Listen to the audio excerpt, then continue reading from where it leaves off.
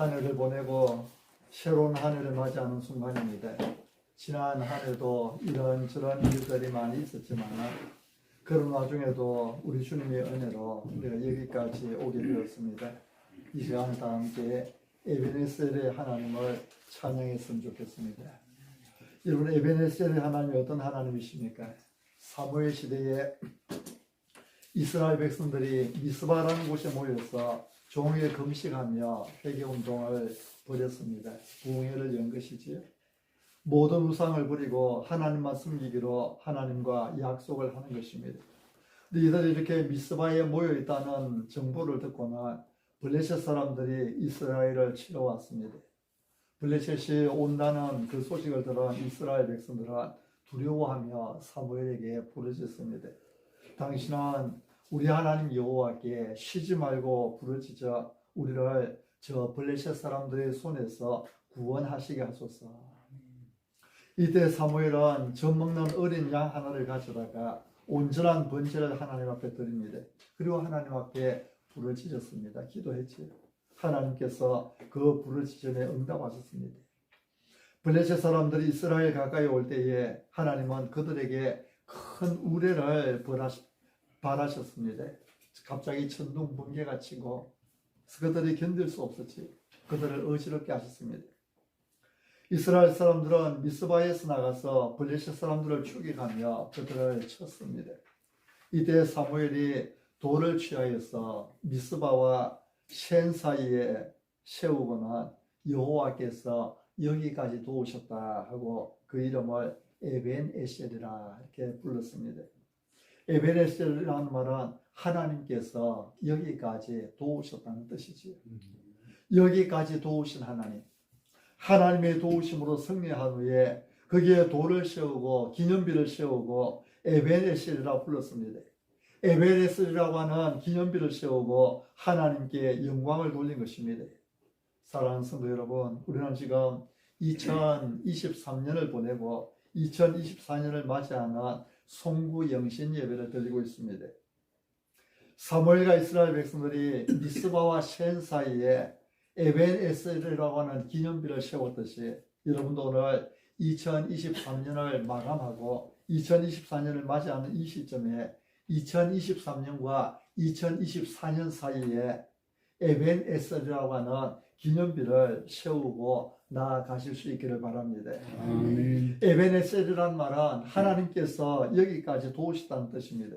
그럼 여러분, 하나님은 여기까지만 도우시고 끝내시는 것입니까? 아니지요. 하나님은 여기까지 도우셨다는 말은 앞으로도 하나님께서 계속해서 도와주실 것이라는 고백이 내포되어 있는 것입니다.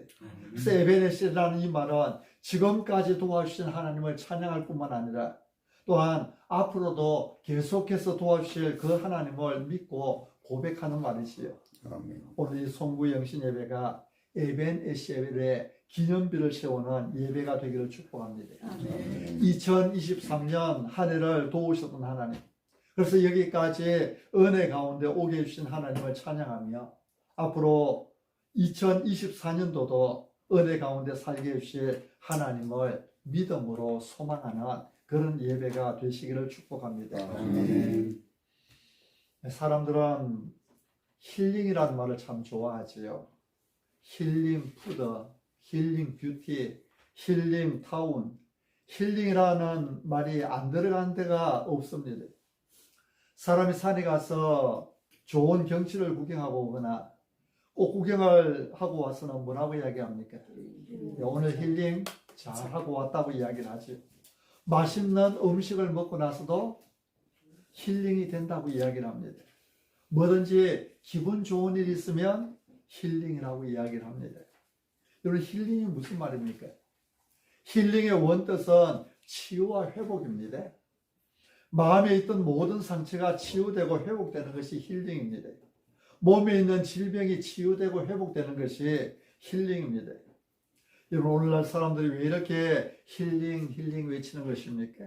그만큼 아프다는 것이지요.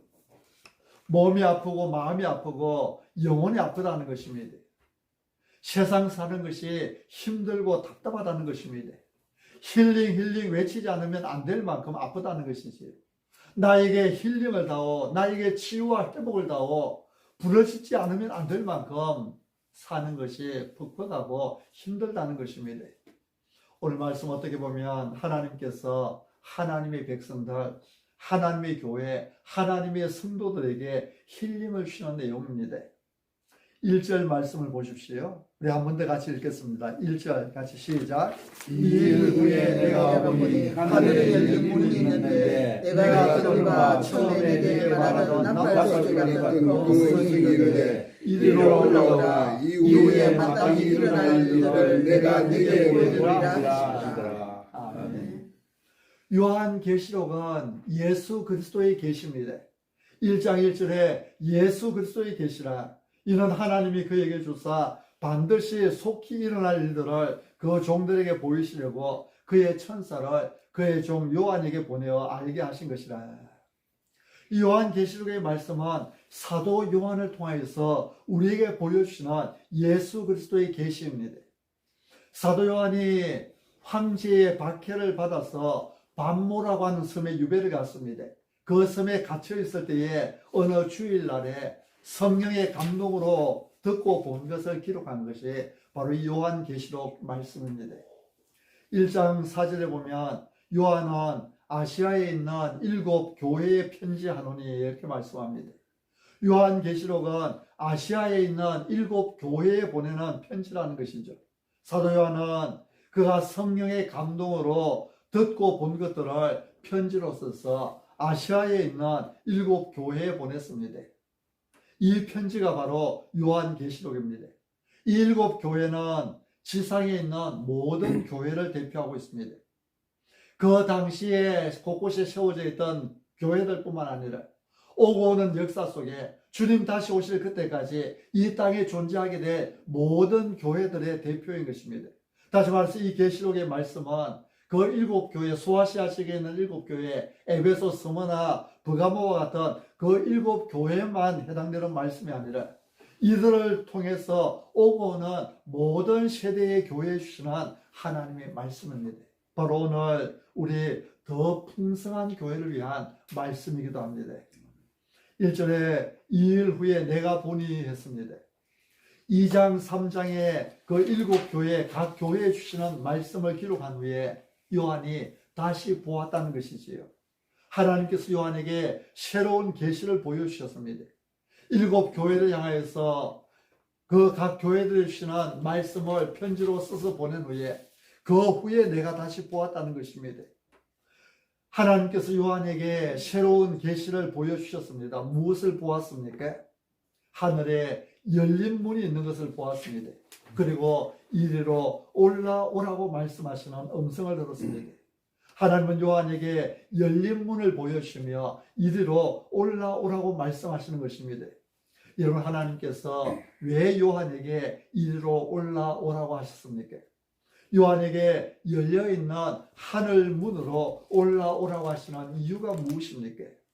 이후에 마땅히 일어날 일들을 내가 너에게 보이리라 하시더라. 이후에 마땅히 일어날 일들을 보여주시기 위해서 요한을 하늘의 열린 문으로 올라오라고 부르시는 것이죠. 여러분, 이후에 마땅히 일어날 일들을 보여주신다는 말씀에는 하나님의 귀중한 메시지가 담겨져 있습니다. 그 메시지가 무엇입니까? 첫째는 인생을 멀리 보라는 메시지입니다. 인생을 멀리 보라. 여러분, 지금 이 요한계시록을 받는 소아시아의 그 7 교회 성도들의 형편이 어떠합니까? 그들은 하나같이 극심한 박해로 고통을 당하고 있었습니다. 아주 큰 환난을 당하고 있었습니다. 예수님을 믿는다는 그 한 가지 이유로 일터에서 쫓겨나야 했습니다. 재산을 몰수당했습니다. 심지어는 원형 경기장에서 사자밥이 되어 죽어가고 있었습니다. 화영틀에 한 줌 재로 사라져가고 있었습니다. 우상 앞에 절하지 않으면 주 앞에 회원으로 받아주지를 않았습니다. 염색업이 주를 이루던 그 도시에서 주 앞에 들지 못하면 염색 재료를 살 수도 없었습니다. 염색한 모직이 있다 해도 그 모직을 팔 수도 없었습니다. 사업을 하려면 누구든지 주합에 들어야 했고, 주합에 들려면은 우상숭배에 가담해야 됐습니다. 그들이 섬겼던 가장 큰 우상은 당시에 어느 지역이든지 로마의 황제였습니다. 로마 황제를 신으로 여겼습니다.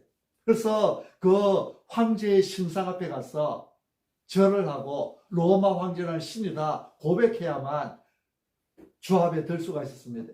근데 믿는 사람들이 그렇게 할 수 없죠. 우상 숭배에 들 수 없죠. 믿는 사람들에게 신은 오직 살아계신 하나님뿐인데요. 그래서 그들은 로마 황제가 신이라고 하는 그 사실을 거부했습니다. 그 앞에 절하기를 거부했습니다. 주합에 당연히 들지 못하는 것이지. 그래서 궁핍의 길, 가난의 길을 스스로 자초해서 걸어갈 수밖에 없었습니다. 믿음을 지키려면 가난하고 궁핍하게 살 수밖에 없었습니다. 믿음으로 산다는 것은 곧 가난하게 살겠다는 것이고 죽음도 불사하겠다는 것이었습니다. 당시의 성도들이 거의 이런 절망적인 상황에 있었던 것입니다.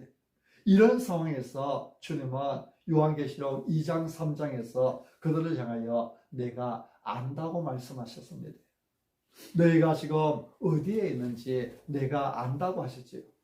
다시 말해 사탄의 권자가 있는 그곳에서 어떻게 믿음을 지키려고 애쓰는 그들의 그 모든 행위들을 우리 주님께서 안다고 말씀합니다. 그리고는 끝까지 믿음으로 승리하라고 말씀하십니다. 이기는 자에게는 하나님의 낙원에 있는 생명나무의 열매를 주어 먹게 하리라고 약속하셨습니다. 이기는 자는 둘째 사망의 해를 받지 아니하리라고 말씀하십니다. 이기는 자에게는 만국을 다스리는 권세를 주시겠다고 말씀합니다. 이기라는 것이지요. 승리하고 이기라는 것입니다. 힘들어도 이기라는 것입니다. 상황이 아무리 절망적이라도 할지라도 이기고 승리하라는 것입니다. 요한계시록의 키워드, 요한계시록의 핵심 단어를 하나로 꼽으라고 한다면 바로 이기는 자입니다. 요한계시록은 전체가 이기는 자, 그것이 주제어입니다.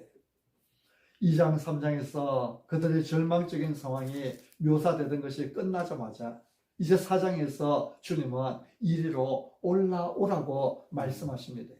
이런 이 말씀이 얼마나 큰 위로가 되는지 주님은 이리로 올라오라고 말씀하십니다. 열린 문을 보여주시면서 이리로 올라오라고 말씀합니다. 올라와서 보라는 것이지요. 앞으로 일이 어떻게 전개되어 나갈지 보라는 것입니다. 너에게 무슨 일들이 일어날지 보라는 것입니다. 우리가 땅에 있으면 바로 눈앞에서 일어나는 일밖에는 보지 못합니다. 앞에 얼마나 큰 위험이 기다리고 있는지 알지 못하고 그저 눈앞에 좋은 일이 있으면 즐거워합니다. 또 조금만 견디면 얼마나 놀라운 일이 기다리고 있는지를 알지 못하고 그저 지금 당장 눈앞에 답답한 일이 있으면 견디지 못하고 좌절하고 절망합니다.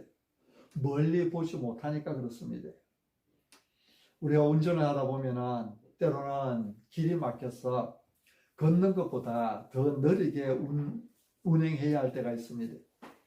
앞에 무슨 사고가 난 것인지 아니면 공사를 하고 있는지 도무지 차가 나갈 생각을 하지를 않았습니다. 그때는 답답하죠. 정말 답답합니다. 앞에 무슨 일이 일어나고 있는지 알지 못하니까 더 답답합니다. 계속 참고 앞으로 가야 되는지 아니면은 뒤로 돌아서 우회 도로를 찾아봐야 되는지 모르니까 답답할 수밖에 해요. 막혀있는 상황이 언제 끝날지 모르니까 답답한 것입니다. 앞으로 한 100m, 200m만 더 가면은 끝난다는 것을 알면은 얼마든지 참을 수 있지. 근데 그 200m가 보이지 않으니까 문제인 것입니다. 길은 막혔고 이 길이 언제 뚫릴지 모르니까 사는 것이 답답한 것입니다. 근데 이때 높은 곳으로 올라가서 보면은 도로 상황이 한눈에 들어오게 되지. 위로 올라가면은 좀 더 멀리까지 볼 수 있습니다. 주님은 지금 황제의 극심한 핍박 아래서 고통당하는 성도들을 알고 계십니다. 박해 자체도 힘들지만 그것보다 더 힘든 것은 이 박해가 언제 끝날지 몰라서 더 고통스러워하는 것입니다. 그런 성도들을 하나님은 알고 계십니다. 그래서 이리로 올라오라고 말씀하시는 것입니다. 와서 보라는 것이지. 앞으로 일이 어떻게 진행되어 갈지 와서 보라는 것입니다. 혼란스러운 땅만 바라보지 말고 위로 올라와서 주님의 위로를 받으며 살라는 것입니다. 절망적이고 고통스러운 이 땅에만 몰두하지 말고 올라와서 주님의 위로를 받고 힐링을 받으라는 말씀입니다. 여러분, 이리로 올라오라는 주님의 말씀이 요한에게 얼마나 큰 위로가 되었겠습니까? 주님의 복음을 전하지 못하도록 반모라고 하는 섬에 갇혀있는 요한에게 뿐만 아니라 박해받던 그 수많은 초대교회 성도들에게 얼마나 큰 위로가 되었겠습니까? 사랑하는 성도 여러분, 오늘 이 예배 시간에 이리로 올라오라고 부르시나, 열린 문 활짝 열어놓으시고 이리로 올라오라고 부르시는 주님의 그 나팔 소리 같은 음성을 듣는 은혜가 여러분에게 있기를 바랍니다. 몸에 질병이 있습니까? 견디기 힘든 아픔이 여러분의 몸을 짓누르고 있습니까? 주님의 위로의 음성이 여러분에게 있기를 바랍니다. 마음에 고통이 있습니까? 자녀들 때문에 고민이 있습니까? 경제적인 어려움 때문에 고민이 있습니까? 이해할 수 없는 어려움과 고통이 있습니까? 이리로 올라오라는 주님의 말씀을 기억하시기 바랍니다. 주님은 우리를 위로하기를 원하십니다. 이사야서 40장에 너희는 위로하라, 내 백성을 위로하라 주님은 말씀하시죠. 당장 눈앞에 일만 가지고 힘들어할 것이 아니라 좀 더 멀리 바라보며 위로를 받고 힐링을 경험하며 살기를 우리 주님은 원하시는 것입니다. 사랑하는 성도 여러분, 하나님은 지금도 우리 앞에 열린 문을 두십니다. 하늘에 열린 문을 두시고 이리로 올라오라고 말씀하고 계십니다. 와서 보라고 말씀하십니다. 더 멀리 보라고 말씀하십니다. 더 크게 보라고 말씀하십니다. 지금은 힘들지만, 지금은 고통스럽지만, 지금은 이해가 되지 않지만, 그러나 이 모든 것은 지나가고 영광스러운 하나님의 나라가 우리를 기다리고 있다는 것을 보라고 말씀하십니다. 나팔 소리 같은 주님의 음성을 듣고 하늘로 올라가서 주님의 그 위로와 평안을 누리는 여러분이 되시기를 바랍니다.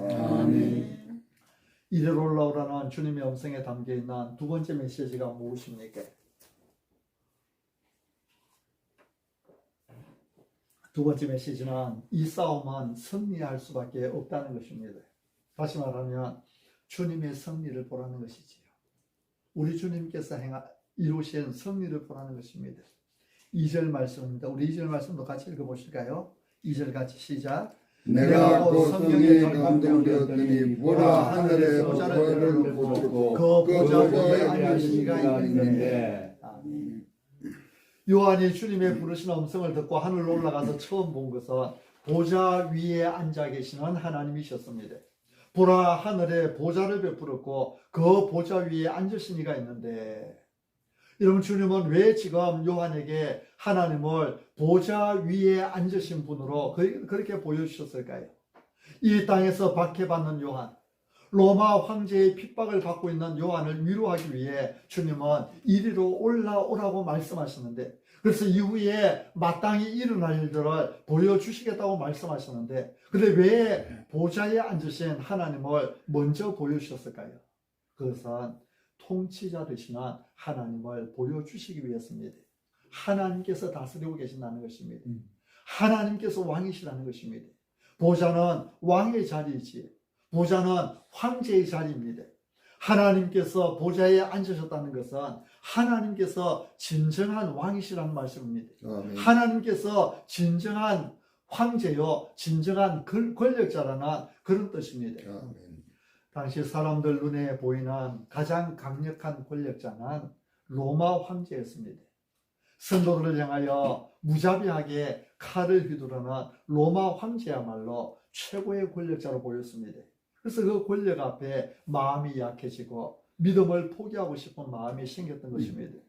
이런 성도들을 향해서 우리 주님은 보라는 것입니다. 진정한 권력자가 누구인지를 보라는 것입니다. 진정한 왕, 진정한 황제가 누구인지를 보라는 것입니다.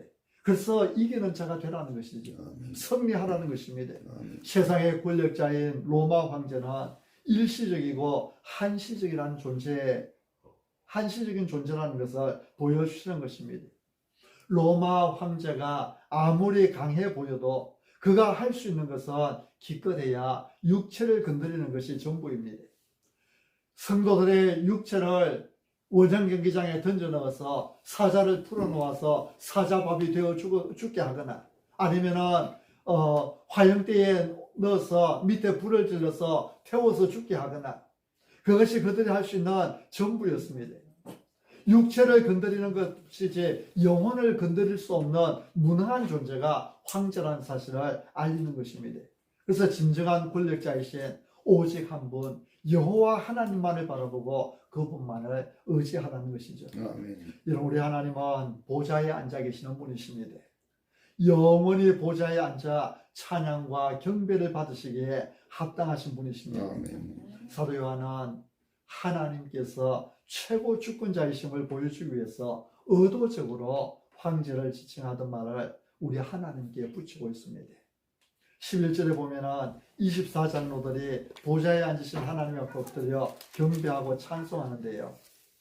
11절을 우리 같이 한번 읽어볼까요? 11절 말씀 마지막 절이죠. 한번 같이 읽겠습니다. 시작. 우리 주 하나님이여 영광과 존귀와 권능을 받으시는 것이 합당하오니 주께서 만물을 지으신지라 만물이 주의 뜻대로 있었고 또 지으심을 받았나이다 하더라. 아멘. 우리 주 하나님이여. 여기서 우리 주라는 표현 헬라어로 퀴리오스라고 하는 단어인데요. 이 표현은 당시 백성들이 로마 황제를 가리킬 때 사용하는 단어입니다. 그 당시에 로마의 치하에 있었던 백성들이 황제를 가르칠 때에 퀴리오스, 주여, 주님이여 그렇게 불렀습니다. 근데 요한은 황제를 가리키던 그 말을 의도적으로 누구에게 사용해요? 하나님께 사용하는 것입니다. 하나님께서 우리 주님이라는 것이죠. 그 당시 모든 사람들이 읽었던 것처럼 로마의 권좌에 올라있는 황제가 주님이 아니라 진정한 주님은 우리 하나님이시라는 것입니다. 아멘. 그리고 영광과 존귀와 권능도 마찬가지입니다. 이 말도 당시 신하들이 로마 황제 앞에 나아갈 때에 쓰던 단어라고 합니다. 로마의 시민들이 황제를 향하여서 키리오스라고 주라고 부르고 그리고 그 황제 앞에 나아갈 때에 영광과 존귀와 권능을 황제에게 돌리지만 그러나 우리의 진정한 주님은 하나님이라는 것입니다. 하나님만이 영광과 존귀와 능력을 받기에 합당하다는 것입니다. 아멘. 로마 황제를 비롯한 세상 권력이 대단해 보이고 그에 비해 핍박받는 교회는 너무나 초라해 보이지만 그러나 보좌에 앉으신 하나님의 영광과 권능이 이 악한 세상을 멸하시고 최후의 승리를 얻으실 것이라는 뜻입니다. 아멘. 우리를 다스리시는 분은 하나님이십니다. 아멘. 그 하나님께서 나를 통하여서 영광과 존귀와 권능을 받으시기를 기뻐하시는 것입니다. 아멘. 지금 내가 가지고 있는 답답함이 무엇입니까? 지금 내가 가지고 있는 힘들고 어려운 일들이 무엇입니까? 그 문제를 가지고 하나님 앞으로 나아가시길 바랍니다. 아멘. 주님 앞에 엎드려 그 문제를 부르짖으십시오. 그리고 하나님 앞에 말씀드리십시오. 나의 주 하나님이시여. 하나님께서 이 일을 통하여서 영광과 존귀와 권능을 받으시길 바랍니다. 하나님께서 내 문제, 내 기도를 들으시고 이 문제를 해결해 주셔서 영광을 받으시든지 이것을 해결해 주지 않으면 해결되지 않는 가운데서도 하나님께 영광과 존귀와 권능을 돌려드릴 수 있는 힘을 내게 주시옵소서. 아멘. 이런 메시지를 주심으로 고난당하고 있던 성도들을 위로하고 용기를 주기에 원하셨던 것입니다. 사랑하는 성도 여러분, 사도 요한에게 하늘의 열린 문을 보여주시며 이리로 올라오라고 말씀하셨던 주님. 박해와 핍박 속에서 궁핍과 싸우며 신앙을 지켜가던 성도들을 힐링해 주시고 위로해 주기 원하셨던 주님께서 오늘 우리에게도 여전히 이리로 올라오라고 말씀하고 계신 줄 믿습니다. 아멘. 여러분, 우리 앞에 열린 문이 있습니다. 새해에 더욱 힘써 하나님 앞으로 나오시기 바랍니다. 아멘. 여러분의 눈을 하나님을 향하여 드십시오. 하나님의 치유와 회복을 경험하고 우리의 영과 마음과 몸을 힐링하시는 하나님의 은혜를 체험하십시오. 아멘. 이리로 올라오라. 승리의 주님을 바라보며 믿음으로 새해에 우리에게 부으실 은혜와 복을 준비하는 그런 여러분 모두가 되시기를 바랍니다. 아멘.